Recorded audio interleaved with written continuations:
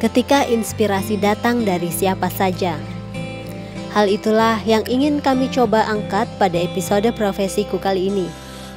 Seorang wanita yang tanpa kenal lelah mengabdikan diri kepada masyarakat, khususnya terhadap pemberdayaan perempuan. Salah satu tokoh perempuan yang ada di Kabupaten Tabalong, Provinsi Kalimantan Selatan, yang sangat peduli dengan program pemberdayaan masyarakat, khususnya terhadap peran wanita dalam membantu kesejahteraan keluarga.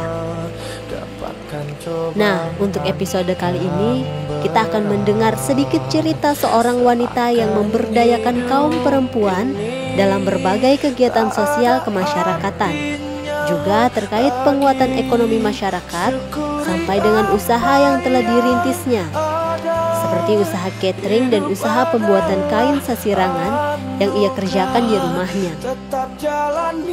Juga cerita mengenai kesehariannya sebagai ibu rumah tangga, usaha yang ia geluti, sampai dengan keaktifannya di berbagai organisasi yang ia ikuti, baik organisasi yang berupa koperasi, sampai dengan organisasi yang bermuara kepada pemberdayaan masyarakat terhadap dunia UMKM yang ada di Tabalong. Ya, namanya adalah Siti Zuraida. Terkadang ia dipanggil Ijur oleh teman-temannya. Tak ada bedanya dengan wanita yang sudah berkeluarga lainnya. Ia hanyalah seorang ibu rumah tangga yang kesehariannya kadang dihabiskan di dalam rumah. Semenjak berkeluarga beberapa tahun silam, ia tinggal di daerah Kota Tanjung, tepatnya di Jalan Tepian RT 3 nomor 39 yang berdekatan dengan Monumen Perlawanan Masyarakat Tabalong. Yang membedakannya dengan ibu rumah tangga lainnya, yaitu kejeliannya dalam melihat peluang usaha. Di depan rumahnya ia membuka berbagai usaha, di antaranya usaha rumah makan ayam goreng dan juga pembuatan sasirangan. Sebagai ibu rumah tangga, tapi di samping itu saya punya usaha buka rumah makan ayam Kentucky Fried Chicken, yaitu AFC namanya. Nah, itu cerita saya pertama dari awal. Kemudian masih ada jeda waktu saya gunakan untuk pembuatan sasirangan. Kemudian ditambah ada program pemerintah kemarin itu melatih kita ke Kulon Progo, terutama itu batik yang dilatih itu selama 14 hari. Nah, kemudian itu saya terapkan dengan teman-teman yang 10 teman yang dikirim kemarin. Masih kita jadikan satu komunitas lah. Nah. Selain sebagai ibu rumah tangga, Zuraida juga aktif di beberapa organisasi kemasyarakatan yang mengarah kepada pemberdayaan UMKM, seperti organisasi Himpunan Pengusaha Mikro Kecil Indonesia yang disingkat HIPMIKindo dan keterlibatannya di Koperasi Al-Yakin. Kemudian saya mitra dari YBN. Nah, kemudian saya di organisasi ada menangani di HIPMIKindo, Himpunan Pengusaha Mikro Kecil Indonesia. Di situ saya bidang pemberdayaan perempuan. Kalau kemudian berikutnya di Koperasi Al-Yakin, saya sebagai pengurus di sana, terutama bandara. Di situ kita mengelola koperasi yang diamanahin oleh pemerintah, yaitu Koperasi Al-Yakin, terutama yang bidang usahanya adalah Pokta. Zuraida sendiri sudah bergabung dengan HIPMIKindo sejak tahun 2013 lalu.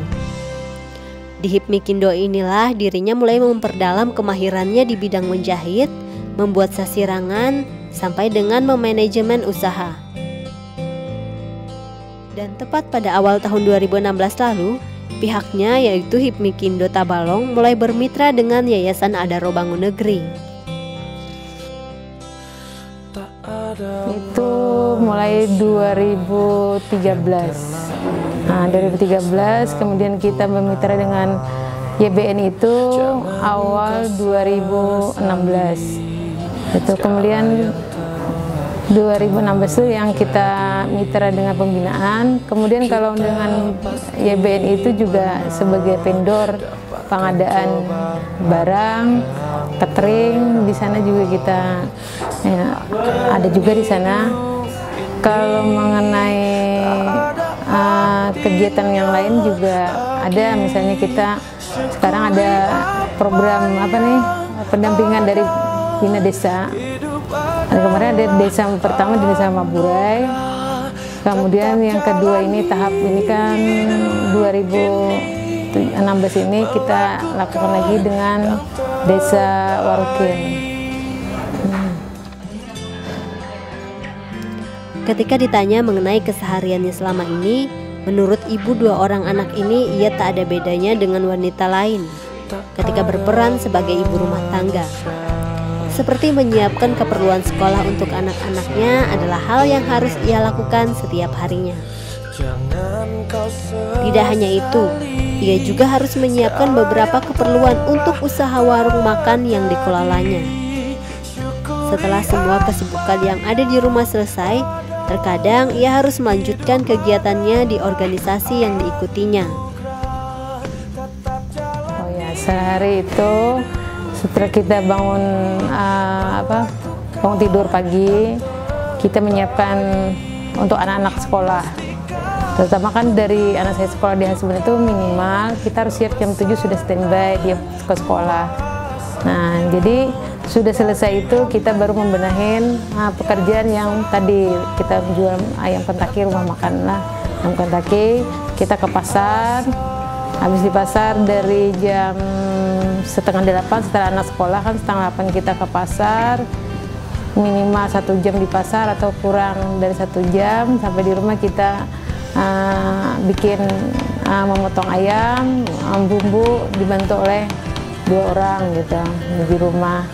Nah, habis selesai membumbu, menunggu jeda waktu, kadang-kadang kita selesai tuh kita nggak ada lagi kerjaannya, kita pindah lagi menjahit atau kita memutip sasirangan. Nah, karena kita masih bisa meminit waktu tuh, ada waktu yang mana harus kita dulukan, itu yang kita kerjakan sampai kita bisa membuat sasirangan, bisa membentik, alhamdulillah ada waktu.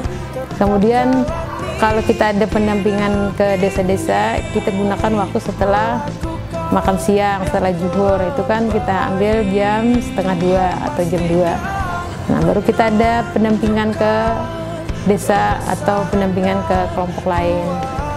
Jadi sampai kita batas waktu jam 4:30. Nah, 4:30 tuh kita menjemput anak sekolah lagi. Berarti kan sudah pas aktivitasnya untuk menjemput anak. Nah, jadi sampai di rumah tuh sore, kita istirahat sebentar, ngumpul keluarga sampai malam. Menurutnya tak ada yang sulit ketika bisa mengatur ataupun memanajemen waktu dengan baik. Apalagi ketika kita banyak mempunyai kawan ataupun relasi yang bisa diajak bekerja sama. Sebetulnya waktu itu tidak harus dibikin sulit. Tapi bagaimana kita bisa kita banyak teman, kita bisa mendelegasikan kepada teman yang kalau kita tidak bisa menghandle. Makanya kita saling berbagi, jangan kita yang ngerjain sendiri. Nah, ini kira-kira yang bisa dihandle oleh teman kita siapa? Kalau kita ada janji di lain, misalnya gini, kan Koperasi Al Yakin sewaktu-waktu bisa membutuhkan kita, karena di sana ada kan sebagai tamu sering datang. Misalnya dari kadang-kadang kita bagian dari binaan CSR Adaro. Kemudian ada tamu dari Adaro, kita harus menghandle di sana sebagai memberi informasi kepada pengunjung lah, maksudnya pada tamu lah saat itu, tamu dari mana. Kemarin itu ada pernah dari ITP Bandung, dia pernah kunjungan ke Pokta masalah UMKM, dari lingkungan, dari mahasiswa, dia menanya masalah UMKM. Nah, kalau waktu kita ada sibuk, kita bisa meminit waktu. Oh, kita jam segini harus ada di Pokta, berarti kita menyisihkan waktu dulu. Kalau misalnya kita jam 2 misalnya ada pelatihan, kita harus selesai jam 1 udah selesai yang di rumah. berarti kita bisa menghandle di sana. Kalau misalnya terbentur, kita perwakilan, ini ada perwakilan, tolong kita handle siapa yang kita wakilkan, teman kita.